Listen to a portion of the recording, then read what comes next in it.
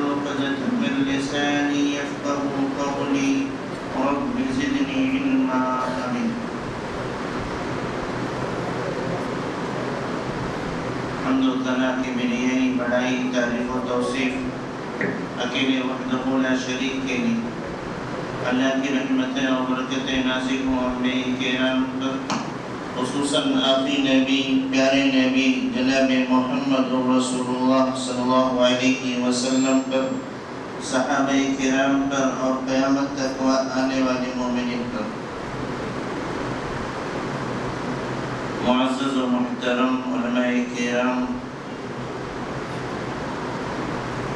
خصوصاً فضل الشیخ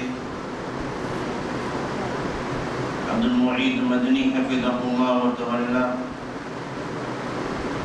مدرسہ اصلاح المسلمین کے روحی رواں فضل الشیخ عبد الرشید اثری حفظہ اللہ و تعالی، دیگر علماء کرام، مہمانان گرامی قدر، بزرگوں، دوستوں، اسلامی بھائیوں،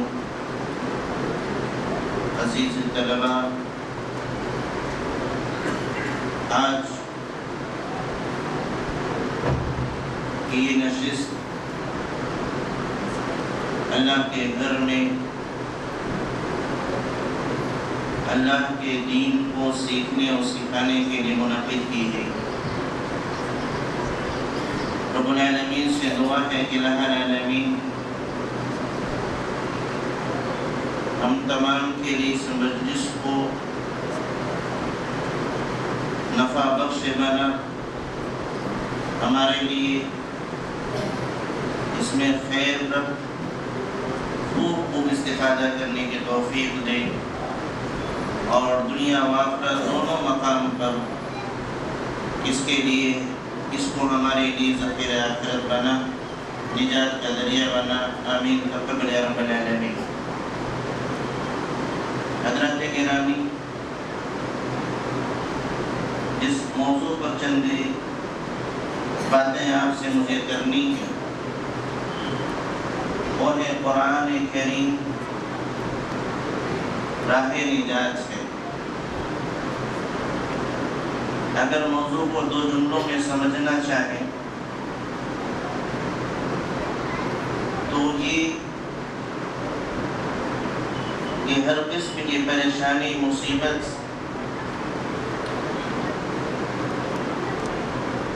سے بچانے کے لیے جس راہ پہ ہمیں چلنے کی ضرورت ہے وہ راہ قرآن کریم ہے۔ جو شخص قرآن کریم کی بتائی ہوئی راہ پہ چلتا ہے اس کو رب العالمین کی جانب سے نجات کا راستہ ضرور مل جاتا ہے۔ اور جب لوگوں نے قرآن کے بتائے ہوئے راستے کو چھوڑا ہے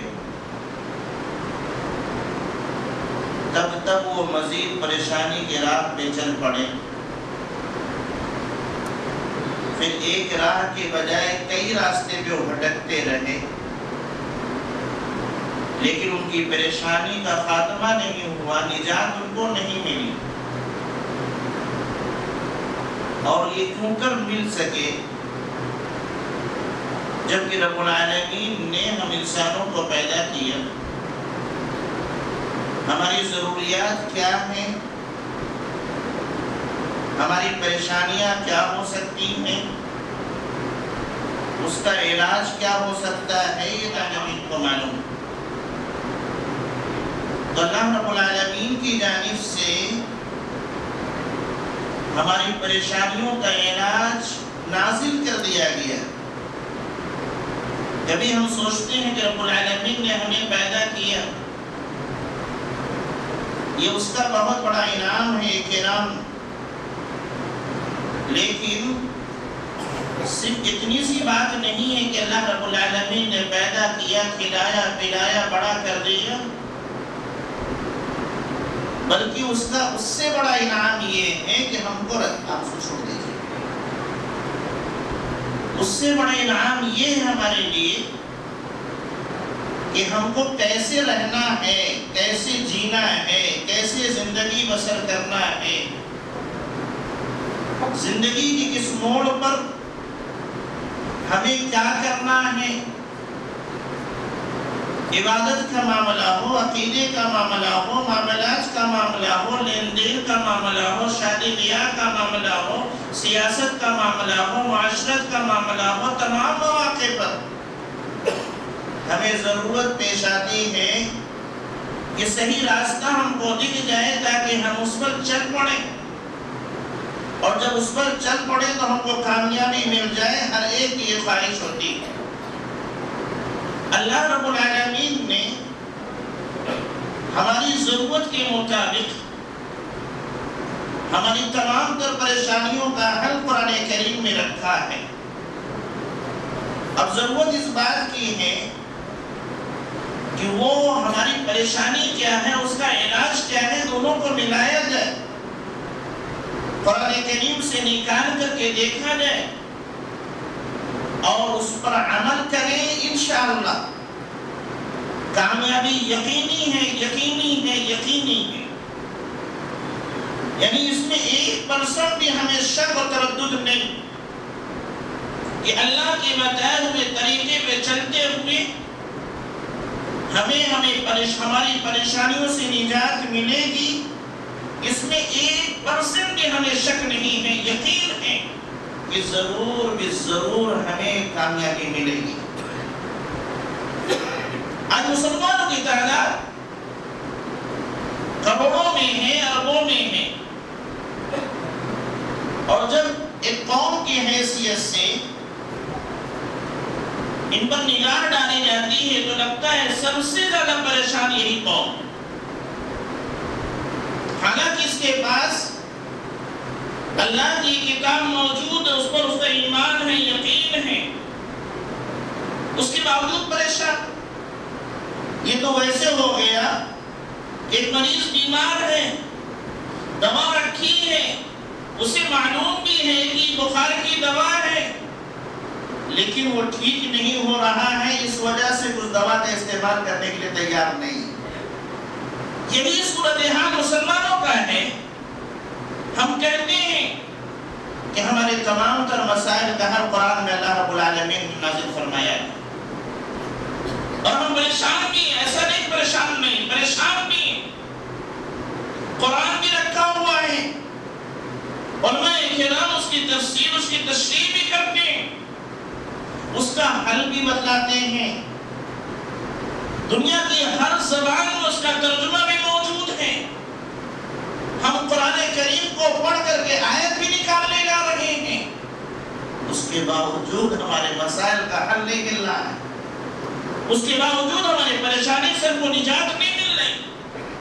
وجہ ایک ہی ہے کہ ہم نے قرآن کو اپنی زندگی میں اس کو لانے کی کوشش نہیں کی، اس پر عمل کرنے کی کوشش نہیں کی۔ اور جیسے دوسری قوموں نے ان مذہبی معاملات کو الگ کر کے پنڈتوں کے حوالے کر دیا یا اپنے سرکردہ لوگوں کے حوالے کر دیا، ویسے ہی مسلمانوں کی بڑی تعداد بلکہ اکثریت اس کو مولانا، عالم، فاضل، حافظ کے حوالے کر دیا۔ یہ ان کا کام ہے، یہ بولیں گے، یہ پڑھیں گے، یہ سمجھیں گے، یہ عمل کریں گے۔ اور یہی معاملہ ہے کہ اگر عوام میں سے کوئی اس پر عمل نہ کرے تو کوئی بات نہیں، مولانا عمل نہ کرے، مولانا کا عمل نہیں کرے۔ کیوں بھائی؟ کیوں؟ قرآن کریم مولانا کے لیے آیا؟ بولیے گا ہاں، قرآن کس کے لیے آیا؟ حافظ جی کے لیے؟ بولو ہاں، زور سے، ذرا سے، جب تک زور سے نہیں بولیں گے میں نہیں بولوں۔ قرآن کس کے لیے آیا؟ ہاں، مومن کے لیے۔ قرآن کس کے لیے آیا؟ ہاں، مسلمانوں کے لیے۔ قرآن کس کے لیے آیا؟ ابھی پیچھے سے آواز نہیں آئی۔ ہاں، سب کے لیے، مومن کے لیے، مسلمانوں کے لیے، سب کے لیے۔ قرآن کہتا ہے شہر رمضان الذی انزل فیہ القرآن ھدی للناس، یہ رمضان کا مہینہ ہے جس میں قرآن کا نزول ہوا ہے تمام لوگوں کی ہدایت۔ اس میں کہیں آپ کو نہیں ملے گا کہ مولویوں کے لیے آیا ہے، کہیں نہیں ملے گا کہ مولویوں کے لیے آیا ہے، کہیں نہیں ملے گا کہ حافظوں کے لیے آیا ہے، کہیں نہیں ملے گا کہ یہ فلاں لوگوں کے لیے آیا ہے۔ سیدھا معاملہ انسانوں کے لیے آیا ہے۔ جب سب کے لیے آیا ہے تو سب کو عمل کرنا ہے، سب کو فائدہ اٹھانا ہے، سب کو اپنے مسائل کا حل قرآن کریم کے اندر تلاش کرنا ہے۔ اللہ رب العالمین نے قرآن حکیم جا بجا انسانوں کے جو مسائل ہو سکتے تھے ان کا حل بیان کیا۔ اور ایک چیز میں چھوٹ رہی تو میں کہنا چاہتا ہوں، اللہ نے ہمارے مسائل کے اعتبار سے قرآن کریم کو نازل کر دیا ہماری ہدایت کے لیے، ہماری نجات کے لیے۔ اور اس سے بڑی بات یہ بھی ہے کہ پیارے نبی جناب محمد رسول اللہ صلی اللہ علیہ وسلم، بولیے صلی اللہ علیہ وسلم کو ایک ذمہ داری دی کہ اللہ نے صرف گائیڈ بک نہیں دے دے جا کے پڑھ لینا۔ پیارے نبی صلی اللہ علیہ وسلم کی اہم ذمہ داری نازل فرما دی کہ اے نبی صلی اللہ علیہ وسلم آپ کا ایک کام یہ بھی ہے وَأَنزَلْنَا إِلَيْكَ الذِّكْرَ لِتُبَيِّنَ لِلنَّاسِ مَا نُزِّلَ إِلَيْهِمْ، کہ آپ کی ذمہ داری یہ ہے کہ ہم آپ پر ذکر کو نازل کر رہے ہیں، یعنی قرآن کریم کو نازل کر رہے ہیں۔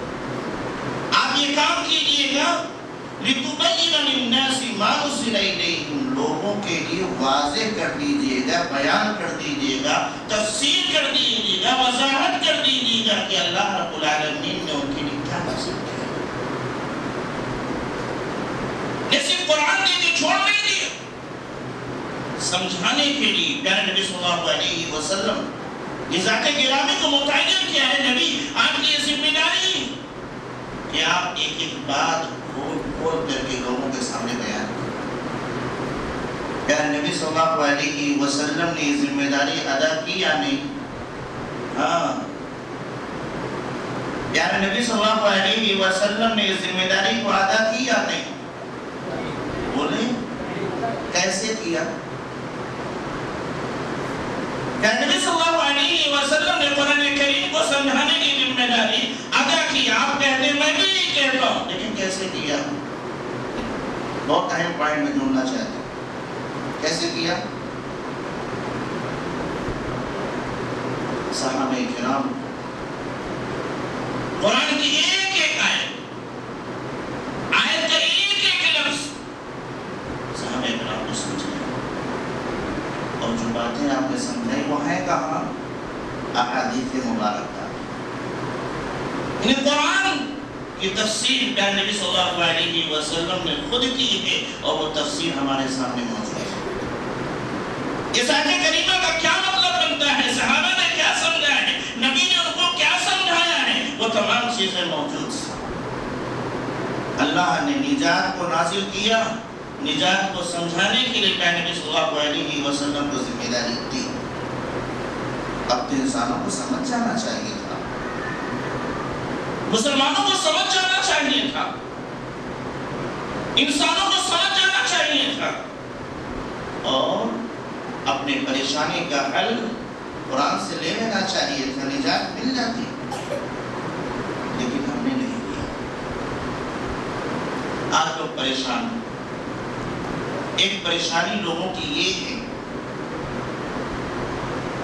کہ عبادت کس کی کریں, دعا کس سے مانگیں, کہاں ان پریشانی کو دیکھیں, کس سے فریاد کریں. یہ پریشانی ہے کہ نہیں مجھے پہلے بتائیے. ہاں, یہ پریشانی کہ میں دعا کس سے کروں, اولاد کس سے مانگوں, اپنے سجدہ کہاں کروں, فریاد کس سے کروں, یہ پریشانی ہے کہ نہیں؟ بولیے بولیے. نہیں سمجھ میں آیا. جب بیماری سمجھ میں نہیں آئی تو اس کا علاج بھی سمجھ میں نہیں آئے گا. اس سے پڑھ کر بیمار کوئی اور نہیں. یہ بیچارہ اتنا پریشان ہے. کسی نے کہا یہاں چلے جاؤ, یہاں سے تمہاری مراد بیچارہ وہاں چلا گیا. کچھ دن بعد پتہ چلا نہ بات بنی نہیں, تو کسی اور نے کہا کہ نہیں وہاں چلے جاؤ, بیچارہ وہاں چلا گیا. پریشان ہے. تیسری نے کہا وہاں چلے جاؤ, وہاں چلا گیا. پریشان کیوں جا رہا ہے؟ پریشانی نہ ہوتی تھی جائے ہوئے گا نہیں, اللہ کے گھر میں تو آتا نہیں, دوسری جگہ کیسے جائے گا؟ یہ پریشان ہے, اور اپنی پریشانی سے نجات کے لیے کبھی اس چوکھٹ پر, کبھی اس چوکھٹ پر, کبھی اس درگاہ پر, کبھی اس درگاہ پر, کبھی یہاں, کبھی وہاں, کبھی ان کا پہنا, کبھی ان کا پہنا, کبھی ان کا پہنا, کبھی ان کا لٹکایا, کبھی ان کا دبا. اسی میں پریشان ہے. مال بھی خرچ کر رہا ہے, وقت بھی خرچ کر رہا ہے, عزت و آبرو کا بھی سودا کر رہا ہے, ایمان بھی. سب سے زیادہ اگر مطمئن کوئی ہے تو توحید والا ہوا کرتا ہے. سب سے زیادہ پریشان اگر کوئی ہے تو شرک والا ہوا کرتا ہے. یہ پریشانی, اس کا نجات, اس سے نجات قرآن کریم ہمارے سامنے اس کا نجات رکھتا ہے. یہ نجات ہے. اس کا بیان کر دیا کہ جو بھی مانگنا ہو ایک اللہ سے مانگ لینا, اس کے علاوہ کہیں اپنی پریشانی کو نہیں دیکھنا, کہیں اور ہاتھ نہیں پھیلانا, کسی اور سے فریاد نہیں کرنا. وہ لوگ ہیں جو ان کو پکارتے اور وہ تمہاری پکار کو بھی نہیں سنتے. قرآن کریم میں اس مضمون کو کتنی مرتبہ بیان کیا. یہ آیت کریمہ کس کے لیے تھی؟ قرآن کا یہ حل شرک سے بچانے والا, اپنی پریشانی کو اللہ کے سامنے جھکانے کے لیے, ایک نہیں کئی مقامات پر. کس کے لیے؟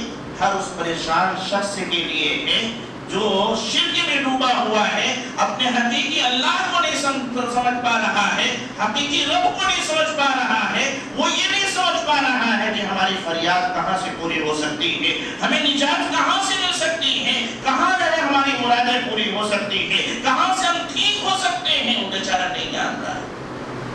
اور اس کا آسان سا حل ہے کہ آؤ اللہ کی طرف آ جاؤ, وہیں سے سب پورا ہونے والا ہے. اللہ رب العالمین نے قرآن حکیم میں اس کا حل یہ پیش کیا, اور قرآن کریم میں اللہ رب العالمین خود نبی کریم صلی اللہ علیہ وسلم کو کیا کہنا ہے اور اس سے پہلے کے انبیاء کرام نے کیا کیا ہے، اپنی قوم کو کس چیز سے دعوت دی ہے، تمام انبیاء کرام کے اقوال کو بھی نقل کر دیا کہ تاکہ دیکھ لو کہ ان لوگوں نے یہ کیا، نتیجہ یہ آیا، ان لوگوں نے نہیں مانا، ان کا خسارہ یہ ہوا، جن لوگوں کو مان لیا ان کو نجات مل گئی، جن لوگوں نے نہیں مانا ہے ان کو نجات نہیں ملی، وہ مزید پریشان ہے۔ الحمدللہ ایک بات کہ اگلے حصے کے طرف میں منتقل ہو جاؤں گا۔ ایک شخص ہے اور ایک سچا واقعہ، بیٹا بہت بیمار تھا، کسی نے کہا جنات ہے، کسی نے کچھ ہے، کسی نے کہا کچھ ہے، کسی نے کہا کچھ ہے۔ وہ علاج کرا رہے تھے، شریعت نے اس کی اجازت دی کہ علاج کرا رہے ہیں۔ ایک شخص نے کہا کہ فلاں مقام پر چلے جاؤ، وہ دم کر دیں گے، فائدہ ہو جائے گا۔ شریعت میں جہاں تک گنجائش ہو اس کے لیے چلے گئے۔ یاد رہے وہ پڑھے لکھے نہیں تھے، ہم جاہل تھے، جاہل یعنی ان پڑھ تھے۔ وہاں پہنچے اور جب پہنچے تو انہوں نے دم کرنے کے بعد کہا ایسا سب ٹھیک ہو جائے گا، لیکن ایک کام آپ کو کرنا ہے کہ ایک کہیں سے مرغا لے کر کے آؤ۔ ایسا سمجھ گئے پوری بات؟ مرغا منگانے کا مقصد کیا تھا؟ مرغا بنانا تھا، ایمان کا سودا کرنا تھا۔ بزرگ شخصیت میں جو پڑھے لکھے نہیں تھے، ایک ہی جملہ کہا ہے، یہ میری اولاد ہے، ایسی تڑپتے تڑپتے مر جائیں، اور ایک نہیں کئی اولاد مر جائیں، میں ایسا نہیں کر سکتا۔ یہ قرآن سے انہوں نے سیکھا ہے، جو عقیدہ ملا تھا۔ ابھی کہوں برا نہ لگے تو کہہ کے آگے بڑھوں، اللہ نہ کرے کسی کے گھر میں اس طرح کی کوئی آزمائش آ جائے، خاص طور سے جنات بھوت وغیرہ، جادو ٹونا، اچھے جو دعویٰ کرتے ہیں کہ ہم کتاب و سنت کے حامل ہیں، ہم قرآن اور حدیث پر چلنے والے ہیں، ہم توحید پر رہنے والے ہیں، اس طرح کے جب مسائل آتے ہیں تو کچھ دنوں کے بعد اس آزمائش کو برداشت نہیں کر پاتے اور کہتے ہیں چلو ٹھیک ہے، فلاں جگہ ایک مرتبہ جا کے آ جاتے ہیں، بعد میں توبہ کر لیں گے۔ ایک مرتبہ جا کے آ جاتے ہیں، بعد میں توبہ کر لیں گے۔ ممکن اس میں بھی کوئی لوگ اللہ نہ کرے، یا نیکوں کی باتیں میں کر رہا ہوں، غیروں کی بات نہیں کر رہا ہوں۔ یہ قرآن کریم ہمارے لیے نجات ہے، اور یہ قرآن بتاتا ہے کہ شفا صرف اللہ کی ذات سے ملنے والی، کسی اور سے نہیں ملنے والی ہے، اسی طریقے سے ملے گی جو اللہ نے بتایا ہے، اس کے علاوہ کسی طریقے سے نہیں ملے گی۔ لہذا کچھ بھی ہو جائے، ہم مر جائیں، ہماری اولاد مر جائے، کاروبار ٹھپ ہو جائے، کچھ بھی ہو جائے، ہم نہ تعویذ کی طرف جانے والے ہیں، نہ ادھر ادھر جانے والے ہیں، نہ کچھ دبانے والے ہیں، نہ کچھ پہننے والے ہیں، نہ غیر اللہ کے لیے ذبح کرنے والے ہیں۔ یہ قرآن نے کریم ہم کو اس کی بات کی دعوت دی۔ آج گھریلو جو مسائل ہیں، ان مسائلوں کو حل کرنے کے لیے لوگوں نے یہ سب طریقے اپنائے ہیں۔ لہذا میں آپ سے گزارش بھی کرتا ہوں، آپ سے اپیل کرتا ہوں، اللہ کے واسطے کچھ بھی ہو جائے اللہ کی طرف آ جائیے، کچھ بھی ہو جائے قرآن کریم سے نجات تلاشیے، اللہ رب العالمین ضرور نجات دے دے۔ قرآن کریم ایک بڑی پریشانی ہمارے لیے بیماری ہوا کرتی ہے، آزمائش ہوا کرتی ہے، چاہے وہ جسمانی بیماری ہو، چاہے جنات بھوت والی بیماری ہو۔ لوگ اس میں جب آتے ہیں، آزمائش کے شکار ہوتے ہیں، اس پریشانی میں آتے ہیں، تب وہ نجات کے لیے کئی راستے تلاشتے ہیں۔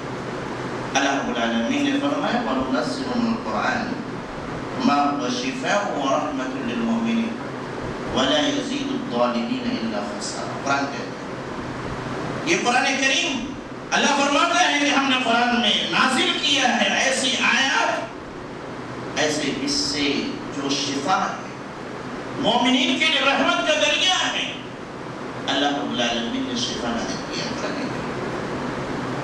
قرآن شفا ہے، دل کی بیماریوں کا بھی، گمراہیوں کے سے بھی دل کو شفا دیتا ہے، اور بہت ساری چیزوں سے شفا دیتا ہے، اور ساتھ میں جو یہ جسمانی بیماری ہوتی ہے یا اسی طریقے سے جو جنات بھوت کی بیماری ہوتی ہے اس سے بھی قرآن کریم شفا دیتا ہے۔ اللہ کے نبی جناب محمد رسول اللہ صلی اللہ علیہ وسلم نے سورہ فاتحہ کے بارے میں فرمایا کہ یہ ہر مرض کا علاج، پڑھے ہیں سنے ہیں نا، سورہ فاتحہ یہ ہر مرض کا علاج ہے، اور سورہ فاتحہ کیا ہے؟ قرآن کا حصہ ہے نا؟ یاد ہے سب کو؟ یاد ہے نا؟ اب ذرا بتائیے گا کتنے بھائی ہیں کہ اگر ان کے سر میں درد ہو تو وہ سورہ فاتحہ پڑھ کے اپنے آپ ختم کریں؟ کتنے بھائی ہیں کہ گھر میں کسی کوئی بیمار ہوا تو اس موقع پر ٹھیک ہے ٹیبلٹ ڈائیے، کھلائیے، سب کیجیے، لیکن سب سے پہلے وہ سورہ فاتحہ پڑھ کے اس پر دم کیے ہوں؟ یقین کی بات ہے، یقین نہیں ہوتا ہمیں۔ ہم آتے ہیں اس طرف، لیکن کب آتے ہیں؟ جب سارے ڈاکٹر جواب دے دیتے ہیں تو سورہ فاتحہ پڑھ۔ جبکہ سب سے آسان یہ تھا، ابتدا اس سے کرنی تھی، باقی آپ ڈاکٹر کے پاس جائیے، علاج کرائیے، جو کچھ کرانا ہو کرا۔ اس میں لگتا کیا ہے؟ یاد بھی الحمدللہ پڑھ سکتے ہیں، دم کر سکتے ہیں، کوئی محنت نہیں ہے، کہیں جانا نہیں ہے، کوئی پیسہ خرچ نہیں ہوتا، لیکن اس کی طرف ہم بعد میں آتے ہیں۔ کیوں؟ یقین کی کمی ہے، جبکہ نبی صلی اللہ علیہ وسلم نے اس پریشانی کے نجات کے ذریعے سے بتایا۔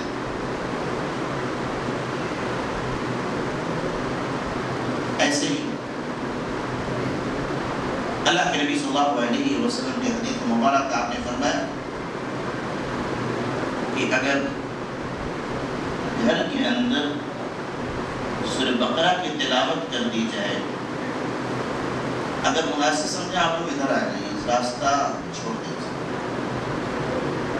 اگر کسی کو پریشانی نہ ہو تو ادھر پورا خالی آ جائے، جزاک اللہ، ارے آئیے مسجد میں ہے، کوئی مسئلہ نہیں، کوئی بھاگنا تھوڑی نہ ہمیں آپ کو، جزاک اللہ خیر، اللہ جزاک خیر۔ اللہ کے نبی صلی اللہ علیہ وسلم فرمایا کہ جس گھر میں سورہ بقرہ کی تلاوت ہوتی ہے اس سے شیطان بھاگتا ہے۔ کسی کے گھر میں شیطان آئے، پریشانی ہے، یہ پریشانی ہے نا، اس سے اس کا علاج کیا ہے، حل کیا ہے؟ اللہ کے نبی صلی اللہ علیہ وسلم نے بتایا ہے کہ آپ سورہ بقرہ کی تلاوت کیجئے، شیطان بھاگے گا۔ ہم یہ کام نہیں کرتے، پریشان رہتے، اور اس میں اصل ایمان کی کمی ہے، یقین کی کمی۔ بسا اوقات ہم خود نہیں پڑھیں گے، آپ نے جن کو بلا لائیے وہ پڑھیں گے، یا رقیہ کرنے کے جو ماہرین ہیں ان کو بلا لائیے وہ پڑھیں گے۔ کیا اللہ تعالیٰ نے یہ کہا ہے، نبی صلی اللہ علیہ وسلم نے یہ کہا ہے کہ کوئی عالم پڑھیں گے تبھی شفا ملے گی، غیر عالم پڑھیں گے تو شفا نہیں ملے گی؟ سورہ بقرہ کی تلاوت گھر میں ہو جب شیطان بھاگتا ہے، صحیح بات، کیا اللہ کے نبی نے یہ فرمایا ہے کہ سورہ بقرہ کی تلاوت کوئی حافظ کرے تبھی بھاگے گا؟ نہیں۔ پھر ان چیزوں کی تلاوت کیوں نہیں ہوتی، ہم کیوں نہیں کر رہے ہیں؟ وجہ یقین نہیں ہو پا رہا۔ ایک گھر ایسا تھا، اس گھر میں غور سے دھیان دیں، اس گھر میں حافظ قرآن موجود ہے، اور کسی فرد کو جنات بھوت کا جو بھی معاملہ رہا ہو اس کا علاج حافظ قرآن موجود ہے، قرآن پڑھیے، کان میں ان کو بلاتا ہے، وہ اس کے ماہر ہیں، اسپیشلسٹ ہیں، یہ کام وہ کرتے ہیں، ان کو بلا رہے ہیں۔ بلائے گا بھائی، یقین کیجیے، میں مسجد میں کھڑوں کی بات کہہ رہا ہوں کہ وہ بندہ جس کو بلایا گیا قاعدے سے آیت الکرسی نہیں پڑھ پا رہا تھا. یعنی اللہ لا الہ الا هو الحی القیوم اس کی صحیح ادائیگی نہیں کر پا رہا تھا. لیکن اس کو بلایا گھر میں حافظ موجود ہے، اس سے اچھا قرآن پڑھ سکتا ہے، اس سے نہیں فلاں کو لے آئی. عقیدہ صحیح ہے. شفا دینے والی ذات اللہ کی ہے اور شفا کا ذریعہ قرآن کریم کو رب العالمین نے بتایا ہے. آپ محنت کریں، پڑھیں، انشاءاللہ شفا ملے گی.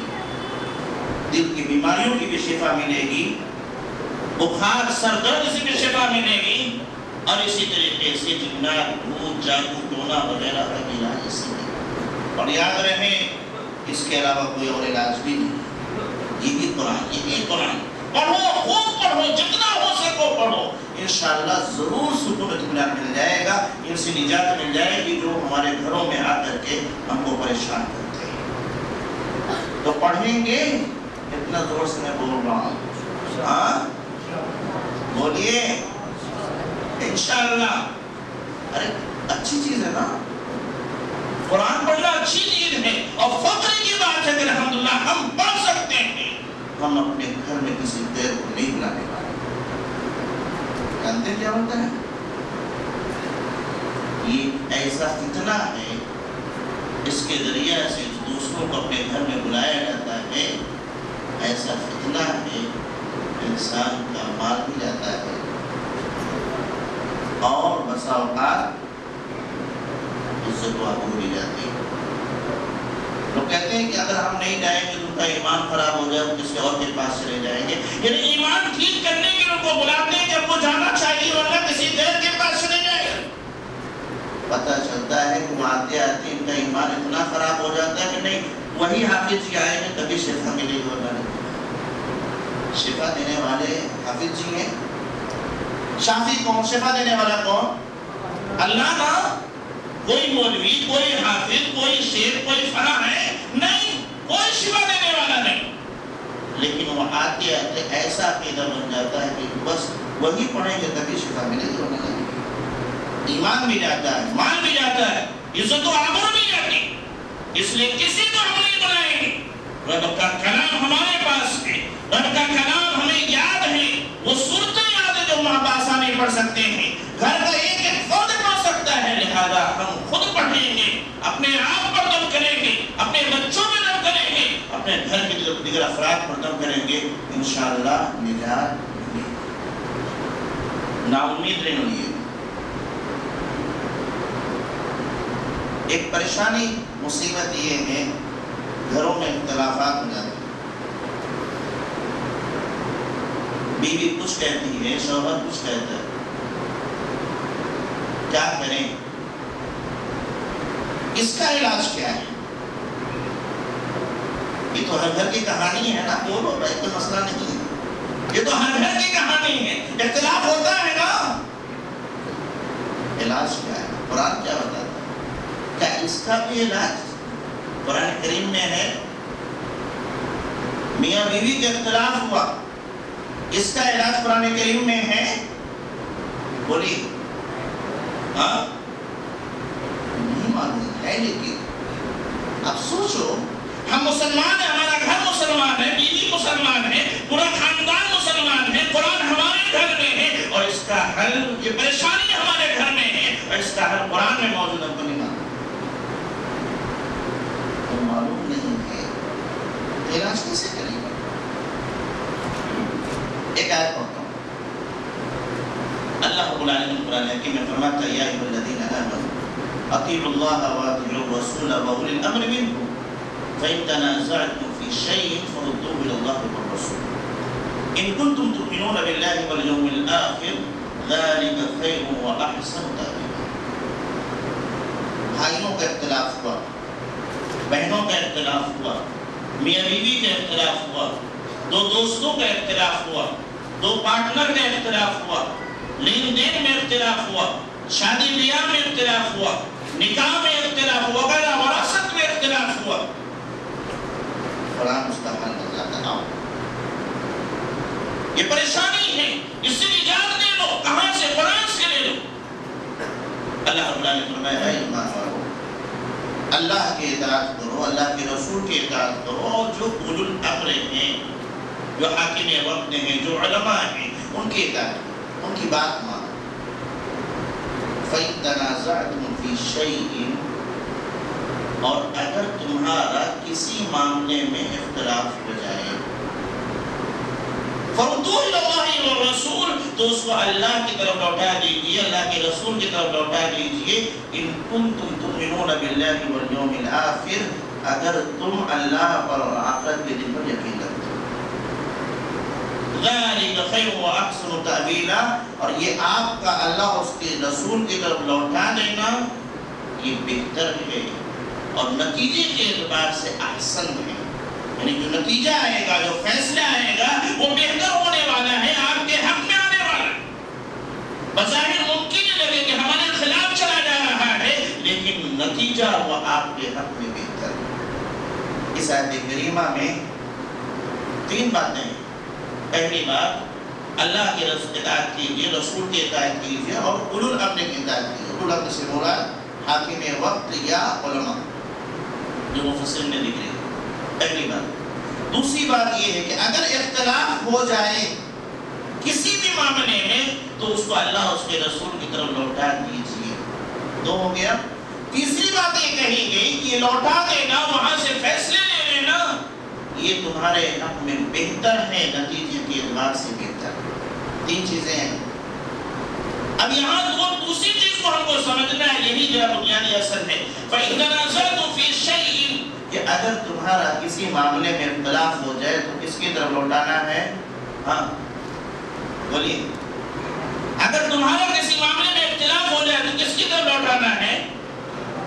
ہاں اللہ اور اللہ کے رسول کی طرف، اور اللہ تعالیٰ نے کہا کہ یہ کام وہی کرے گا جو اللہ پر آخرت کے دن پر ایمان رکھتا ہے۔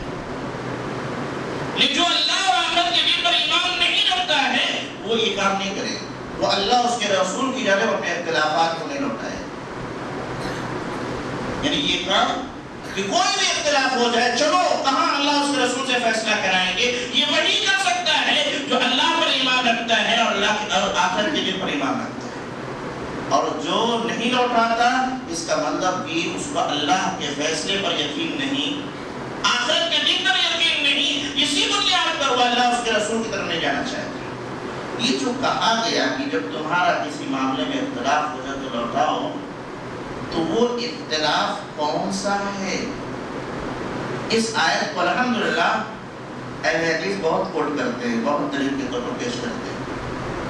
اگر ہمارا کسی بھائی سے کسی مسئلے میں اختلاف ہے، وہ نماز کے طریقے میں اختلاف ہے، تو ہم کیا کہتے ہیں؟ بھائی اللہ اس کے رسول نے جو کہا اس کے بعد سے نماز پڑھو، اور یہ بھی کہا گیا اگر اختلاف ہو جائے تو اللہ اس کے رسول سے حل کرا لو، جو قرآن میں وہ مان لو، جو حدیث میں وہ مان لو۔ بولتے کہ نہیں بولتے؟ کوئی نئی بات نہیں بتا رہا ہوں، بولتے ہیں نا، لیکن اس کو صرف ہم عقیدے کے معاملے میں، عبادت کے معاملے میں، عقیدے میں اختلاف ہے، اپنے بھائی کو کہیں گے آؤ قرآن و سنت سے فیصلہ کرا لیتے ہیں، کیا صحیح ہے؟ نماز میں، عبادت کے معاملے میں، روزے کے معاملے میں، حج کے معاملے میں، زکات کے معاملے میں، عمرہ کے معاملے میں اختلاف ہو گیا تو ہم کیا کہتے ہیں؟ آؤ قرآن و سنت سے فیصلہ کرا لیتے ہیں۔ حالانکہ آیت کریمہ میں یہ نہیں کہا گیا کہ جب عقیدے میں اختلاف ہو تو قرآن و سنت سے فیصلہ کراؤ، جب عبادت میں اختلاف ہو تو قرآن و سنت سے فیصلہ کراؤ، بلکہ کہا گیا فَإِن تَنَازَعْتُمْ فِي شَيْءٍ، کوئی بھی اختلاف ہے، نماز کا ہے، روزے کا ہے، حج کا ہے، زکات کا ہے، عقیدے کا ہے، لین دین کا ہے، شادی بیاہ کا ہے، میاں بیوی کا ہے، بھائی بھائی کا ہے، بہنوں بہنوں کا ہے، کوئی بھی اختلاف ہے، چلو قرآن و سنت کی طرف وہاں حل کرا لو۔ مثلا دو بھائیوں کے اختلاف ہو جائے لین دین کے معاملے میں، کیا اس کا حل اللہ نے کہا نا اختلاف ہوا کہاں لوٹانا ہے؟ قرآن و سنت کی طرف۔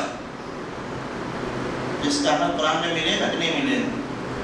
ہاں ملے گا۔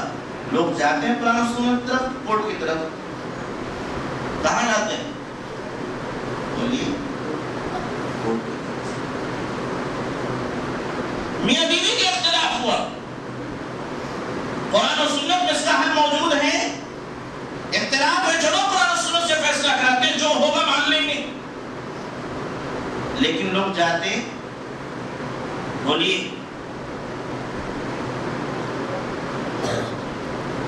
آگے آجائے، آگے راستہ چھوڑیے، بہت اہم مسئلہ چل رہا ہے۔ ہاں جزاک اللہ۔ میاں بیوی کا اختلاف ہوا، قرآن کہتا ہے اسی معاملے میں اختلاف ہو قرآن سنت کی طرف جاؤ، میاں بیوی کا اختلاف ہو قرآن سنت کی طرف ہم جاتے، کہاں جاتے؟ ہاں کیا قرآن سنت میں اس کا حل نہیں تھا؟ تھا کہ نہیں تھا؟ ہے؟ ابھی ایک ہی مسئلہ بتا کے میں آگے بڑھ جاؤں کہ اللہ رب العالمین نے ذکر کیا ہے کہ میاں بیوی میں اختلاف ہو رہا ہے، بیوی اگر نہیں مان رہی ہے تو قرآن کریم میں ذکر کیا گیا ہے ان کو نصیحت کرو۔ پہلا مرحلہ فَعِدُوهُنَّ، دوسرا مرحلہ وَاهْجُرُوهُنَّ فِي الْمَضَاجِعِ، ان کو بستر سے الگ کر دو، بستر ہی پر الگ کر دو۔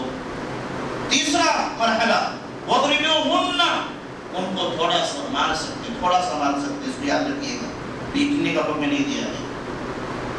اگر مان جاتی معاملہ ختم، مل جل کے رہو، ان تین مراحل کے بعد بھی نہیں مانتا، اللہ رب العالمین چوتھا مرحلہ بتاتا ہے کہ ایک فیصلہ کرنے والے لڑکی کی طرف سے ہو جائیں، ایک فیصلہ کرنے والے لڑکی کی طرف سے ہو جائیں، اور وہ دونوں بیٹھ کر کے معاملے کو حل کر دیں۔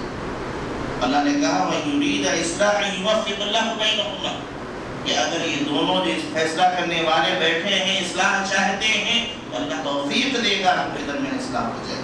یہ چار مرحلے ہوتے ہیں، ان چار مرحلوں سے گزرنے کے بعد آخری آپشن طلاق کا ہے، اور طلاق ایک نعمت ہے، یاد رکھیے، اگر اس کا صحیح استعمال کیا جائے تو ایک نعمت ہے، معاملہ ختم، یہ حل ہے۔ لیکن ہم کیا دیکھتے ہیں کہ لڑکی آنا نہیں چاہتی، لڑکا لانا نہیں چاہتا، لیکن طلاق نہیں ہو سکتی، وہ رہنا نہیں چاہتی، یہ رکھنا نہیں چاہتے، لیکن جدا بھی نہیں ہو سکتے، یہ بھی کوٹ جا رہے، وہ بھی کوٹ جا رہے۔ یہ پریشانی ہے کہ نہیں، ذرا بتائیے کہ مسلمان اللہ نہ کرے کسی کے گھر میں ایسا معاملہ پیش آ جائے، اگر کسی کے گھر اس طرح کا معاملہ پیش آ جاتا ہے تو اس کو کچھ سجھائی نہیں دیتا، کیا کرے؟ وہ بھی لڑکی والے بھی پریشان رہتے ہیں، لڑکے والے بھی پریشان رہتے ہیں۔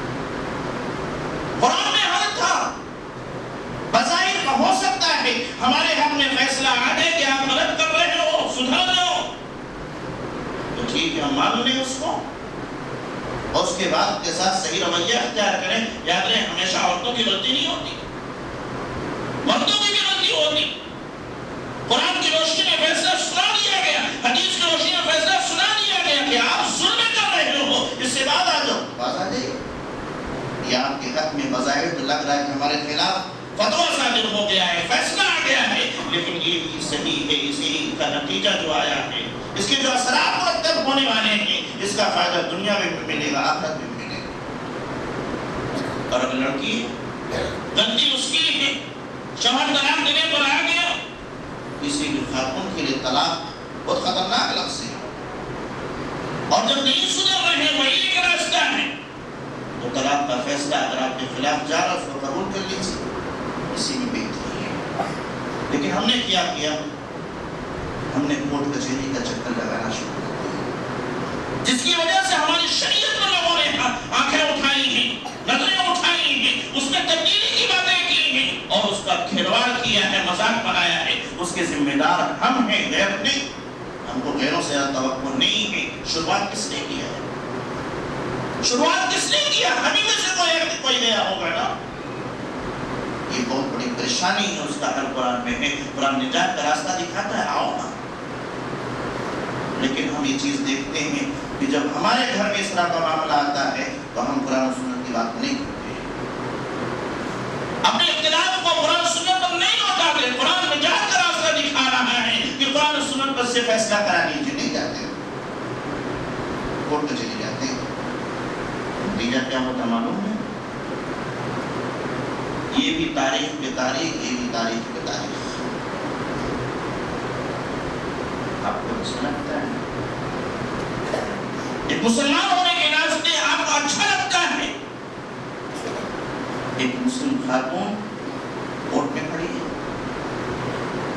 ایک مسلم خاتون نقاب لگا کر کے کچہری میں کھڑی ہے؟ ہم نے اس راستے کو چھوڑا ہے، اس کی ذلت و رسوائی ہے.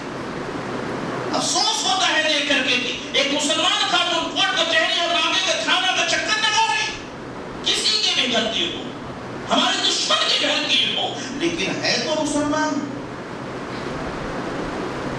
نتیجے کے طور پر ایک لفظ سن لیجیے گا، جگر آپ کے اندر ہے. ایک مہینہ پہلے ایک رپورٹ مجھ پر پہنچا. ایک جو ایڈوکیٹ ہیں، وکیل، انہوں نے بتایا ممبئی کا یہ خاتون اس طرح کے مسائل کو لے کر کے کورٹ کچہری کا چکر لگا رہی تھی.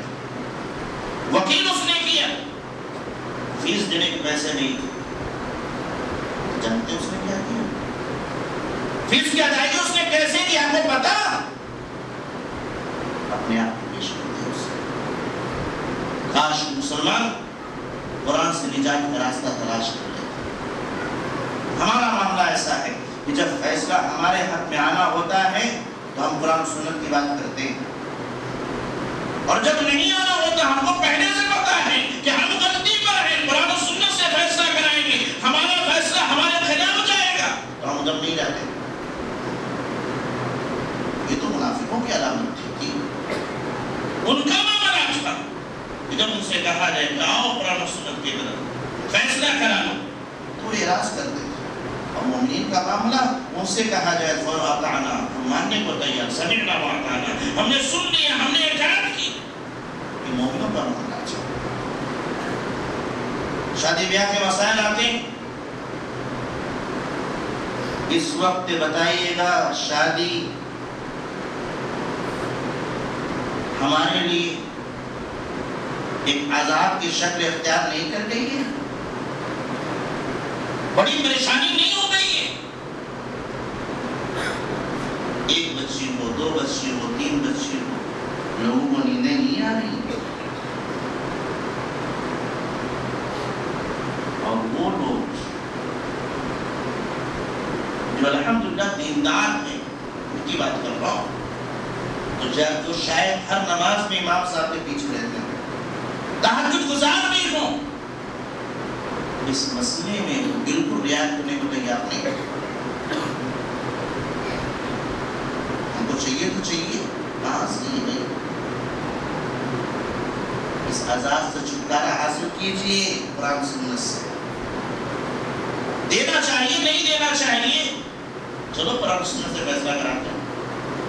لیکن ایک صاحب، بہت سارے صاحب ایسے ہوں گے کہ جب اپنی لڑکی کی شادی تھی گھوم گھوم کے کہہ رہے تھے کہ بھائی قرآن و سنت کے اعتبار سے شادی ہونا چاہیے، قرآن و حدیث کے اعتبار سے شادی ہونا چاہیے. اور اللہ تعالیٰ نے ان کو دیا بھی. ایسے لڑکے والے مل گئے کہ کہا قرآن و سنت کے اعتبار سے ہونا. لیکن 2 سال کے بعد جب بیٹے کی شادی ان کی ہونے کو آئی تو ایک مرتبہ بھی جناب نہیں کہہ رہے قرآن و سنت کے اعتبار سے شادی ہونا چاہیے. سننے کو تیار نہیں، منہ کھولنے ایک دم منہ کھولنے کو تیار بیٹھے. اتنا چاہیے. منافقت ہے، یہ منافقت ہے. یاد رہے مرنا ضرور ہے، یاد رہے مرنا ضرور ہے. اور ان تمام باتوں کا حساب دینا بھی ضرور. اللہ عدل کرنے والا ہے، اللہ انصاف کرنے والا ہے. لہذا مسلمانوں قرآن سے نجات حاصل کیجیے. ایک بات اور کہتے بات ختم کروں گا کہ قرآن دنیا میں بھی تمام مسائل کا حل پیش کرتا ہے. مرنے کے بعد جب ہم قبر میں جائیں گے تو قبر میں پریشانی ہے، قبر میں پریشانی ہے. کچھ 3 سوالات کیے جائیں گے، بڑے آسان ہیں، سب کو یاد ہے. من رب کا، تمہارا رب کون ہے، تمہارے نبی کون ہیں، اور یہ تمہارا دین کیا ہے. خلاصہ میں ذکر کر رہا ہوں، اللہ کے نبی صلی اللہ علیہ وسلم نے فرمایا جب مردے کو رکھا جاتا ہے تو منکر نکیر آتے ہیں، اس کو بلاتے ہیں، سوال کرتے ہیں، تو جن نیک ہوتا ہے تب صحیح سے جواب دیتا ہے میرا رب اللہ۔ اس شخص کے بارے میں آپ کا کیا خیال ہے جو تمہارے درمیان بھیجا گیا؟ یعنی محمد صلی اللہ علیہ وسلم کہتا ہے وہ اللہ کے رسول، تمہارا دین کیا ہے؟ اسلام ہے، الحمدللہ۔ تو ایک روایت میں یہ بات تم کو معلوم کیسے ہوئی؟ یہ بات تمہیں معلوم کیسے ہوئی؟ یہ تینوں سوالات کے صحیح جواب تمہیں معلوم کہاں سے ہوئے؟ تعجب کی بنیاد ان کا کہنا ہوگا کہ میں پڑھتا تھا، میں تلاوت کیا کرتا تھا، قرآن سنا۔ اور اس کے اپنے دوسرا سب سے ہے جو منافق ہے، کافر ہے، اس سے جب پوچھا جائے گا من ربک ہا حالات نبی کون ہے؟ ہا حالات میں نہیں جانتا، میں تو وہی کہتا جو لوگ کہتے تھے۔ دین کیا ہے؟ میں نہیں جانتا۔ فرشتے ایک سوال کرے گا لا دریت ولا تقیت، کیا پڑھتے نہیں تھے؟ کیا تلاوت نہیں کرتے تھے؟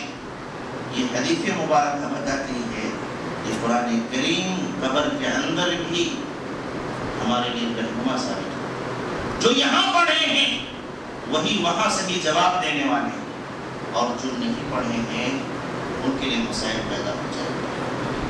لہذا یہ گزارش کر کے جا رہا ہوں، یہ اپیل کر کے جا رہا ہوں، اپنا سمجھ کے، بڑا بھائی، بڑے بھائی سمجھ کر کے، اپنا عزیز سمجھ کر یہ کہنا چاہتا ہوں، قرآن کو اپنے آپ سے لگا لیجیے، سینے سے لگا لیجیے، تلاوت کرنا سیکھیے، عمل کرنا سیکھیے۔ یہی اسی سے جو ہے ہماری دنیا بھی آسان ہو جائے گی، آخرت کے مسائل بھی آسان ہو جائیں گے۔ کتنے بھائی ایسے ہیں جو جن کو قرآن کریم پڑھنا نہیں آتا، 50 کا مجمع ہے، پڑھنا نہیں آتا، پڑھو بھائی، مجھے پڑھنا نہیں آتا، یہ کہنے میں ان کو ذرہ برابر نہ شرم ہے نہ جھجک ہے، کچھ نہیں۔ موبائل چلانا نہیں آتا، اگر کوئی کہہ دے کہ چلاؤ، تمہارے شرم کے اس مجمع نہیں بولیں گے مجھ کو موبائل چلانا نہیں آتا۔ بات صحیح کہہ رہا ہوں؟ قرآن پڑھنا نہیں آتا، ایک دم دھڑلے سے بول دیں گے، کوئی شرم کی بات نہیں، مجھ کو پڑھنا نہیں آتا۔ موبائل نہیں چلانا آتا تو نہیں بولیں گے، اور جا کے گھر میں کیا کہیں گے؟ بتاؤ بچوں، بیوی سے بھی سیکھ لیں گے، بچوں بھی سیکھ لیں گے، اور لوگوں کے سامنے بولنا شرم لگتی ہے، لہذا کچھ سکھا دو، بچہ سکھا دے۔ قرآن آپ کو یا مجھ کو پڑھنا نہیں ہے، کس کو آئے گا؟ کوئی پنڈت جی آئیں گے کیا؟ کوئی غیر پڑھے گا؟ لہذا یہ رمضان آ رہا ہے انشاءاللہ، اللہ رب العالمین ہم تمام کو رمضان کا بابرکت مہینہ نصیب فرمائے، آمین۔ اس میں ہم کو ایک کام کرنا ہے، کام یہ کرنا ہے کہ ہمیں قرآن کریم پڑھنا سیکھنا ہے۔ جن کو قرآن پڑھنا آتا ہے وہ تھوڑا تجویز صحیح کر لیں، جن کو نہیں آتا وہ شروعات کر لیں، اور شروعات کریں گے کہاں سے؟ حروف تہجی سے، حروف تا ثا جیم ہا خا، یہ سب کو آتا ہے؟ آتا ہے، اس کو صحیح کرنا ہے۔ یہ ٹوٹل کتنے ہیں؟ حروف تہجی کتنے ہیں؟ بولیے طلبہ جو ہمارے بیٹوں کو بتائیں، حروف تہجی کتنے ہیں؟ 29 ہیں کیا؟ رمضان میں دن کتنے ہوتے ہیں؟ کتنے دن ہوتے ہیں رمضان میں؟ مہینے میں 30 ہوتے ہیں یا 29؟ اگر ایک حرف ہم ایک دن میں صحیح کریں تو پورے ایک مہینے میں یہ حروف تہجی ٹھیک ہو سکتے ہیں ہمارے؟ آپ پڑھیں گے تو صحیح ہوں گے انشاءاللہ۔ اور اس میں سے آپ دیکھیں گے آگے حروف ایسے ہیں جو الحمدللہ آپ کے پہلے سے صحیح ہیں۔ اب تفسیر کا موقع نہیں ہے، الف آپ کو آتا ہے، با آسانی سے ادا کر لیتے ہیں، تا آسانی سے ادا کر لیتے ہیں۔ میں نے جو اندازہ لگایا ہے تقریباً 14 حروف ایسے ہیں جو تمام لوگوں کے ایک دم صحیح ادا ہوتے ہیں، تو گھٹ کر کے 15 ہی بچتے ہیں۔ لہذا اپنے پاس 30 دن ہے، اور یہ اس سال کا جو رمضان ہے ایک یادگار رمضان بنا دیجیے کیا کہ ہم حروف تہجد میں ٹھیک کر لیں گے. رب العالمین کے سنت زدہ ہمیں عمل کی توفیق عطا فرما. الہ العالمین قرآن راہ نجات ہے. رب العالمین ہمیں اس سے نجات حاصل کرنے والا بنا, اس کے بتائے ہوئے طریقے پہ چلنے والا بنا. رب العالمین ہم تمام کو قرآن والا بنا دے, قرآن پر عمل کرنے والا بنا دے, قرآن کی تلاوت کرنے والا بنا دے, قرآن کی دعوت دینے والا بنا دے, قرآن کے حقوق کی ادائیگی کرنے والا بنا. آمین تقبل یا رب العالمین. السلام علیکم.